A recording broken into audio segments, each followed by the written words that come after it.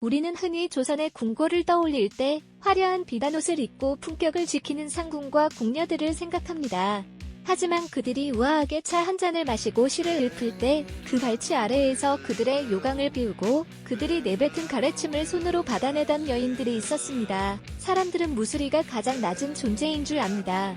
하지만 그 무수리보다 더 낮은 곳, 궁녀 개인에게 귀속되어 온갖 구쟁이를 도맡았던 방자들의 존재는 철저히 지워져 있습니다.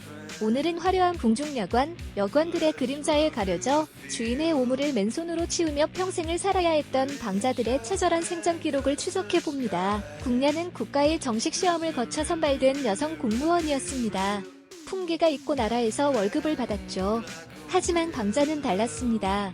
그들은 나라에서 뽑은 것이 아니라 상공이나 나인들이 개인적인 편의를 위해 사적으로 고용한 하녀에 가까웠습니다. 가난에 못 이겨 잇 하나 덜기 위해 쌀 몇 가마니에 팔려온 어린 소녀들 혹은 노비의 자식들이 자리에 앉았습니다.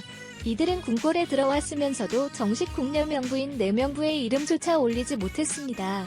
왕의 여자가 아닌 궁녀의 노비로 살아야 했던 것입니다. 방자들의 일과는 주인의 요강을 비우는 것으로 시작되었습니다. 당시 궁궐에는 화장실이 따로 없었기에 모든 배설물은 요강이나 매우틀에 받아냈습니다. 상궁이나 높은 나인들이 밤새 채운 노물을 머리에 이고 궁 밖으로 날라버리는 것은 오롯이 어린 방자들의 몫이었습니다. 겨울철이면 더 처참했습니다. 꽁꽁 얼어붙은 요강을 깨끗이 닦기 위해 찬물에 맨손을 담가야 했고 주인의 피부에 닿는 요강이 차가울까봐 자신의 품에 안아 온기를 불어넣기도 했습니다. 대소변을 닦는 손이라는 나귀는 평생 그들을 따라다녔습니다. 궁녀는 병이 깊어지면 궁 밖으로 나가야 하는 법도가 있었습니다. 이때 주인을 따라 나서 그 인종까지 지키는 유일한 존재가 바로 방자였습니다. 주인 상궁이 중풍으로 쓰러져 몸을 가누지 못하면 방자는 주인의 몸에서 나오는 피구름을 입으로 빨아내고 짓무른 살점을 맨손으로 닦아내야 했습니다. 주인이 죽고 나면 방자들은 갈 곳을 잃었습니다. 정식 궁녀가 아니었기에 국가에서 보살펴주지 않았고 다시 민가로 돌아가려 해도 궁궐 오물을 닦던 년이라는 손가락질에 평범한 혼인조차 꿈꿀 수 없었습니다. 그들은 주인의 무덤 곁에서 초막을 짓고 살거나 다른 주인을 찾아 다시 요강을 머리에 이는 삶을 반복했습니다. 방자들이 가장 두려워했던 곳 중 하나는 빨래를 전담하는 세다방이었습니다. 왕실의 옷은 한치의 오염도 허용되지 않았습니다.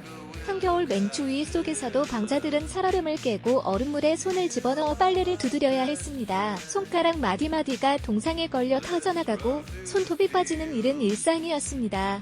그럼에도 불구하고 옷에 얼룩이 남으면 주인의 매질이 기다리고 있었습니다.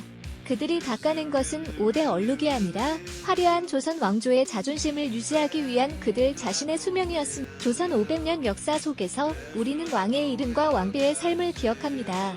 조금 더 깊이 들어가는 이들은 상궁의 암투와 궁녀의 애환을 이야기하죠. 하지만 그들의 뒤에서 묵묵히 오물을 치우고 가장 낮은 곳에서 헌신했던 방자들의 이름을 기억하는 이는 아무도 없습니다. 우리가 오늘날 마주하는 아름다운 경복궁과 창덕궁의 돌바닥은 사실 매일 아침 차가운 물로 그 바닥을 닦아내던 어린 소녀들의 눈물로 씻겨진 것입니다. 가장 낮은 곳에서 가장 고된 일을 묵묵히 감내했던 방자들. 그들이야말로 조선이라는 거대한 국가를 뒷받침했던 보이지 않는 기둥이었습니다. 여러분이 지금 걷고 있는 화려한 역사의 길 위에는 누군가의 시린 손끝과 잊힌 이름이 새겨져 있다는 것을 기억해 주시기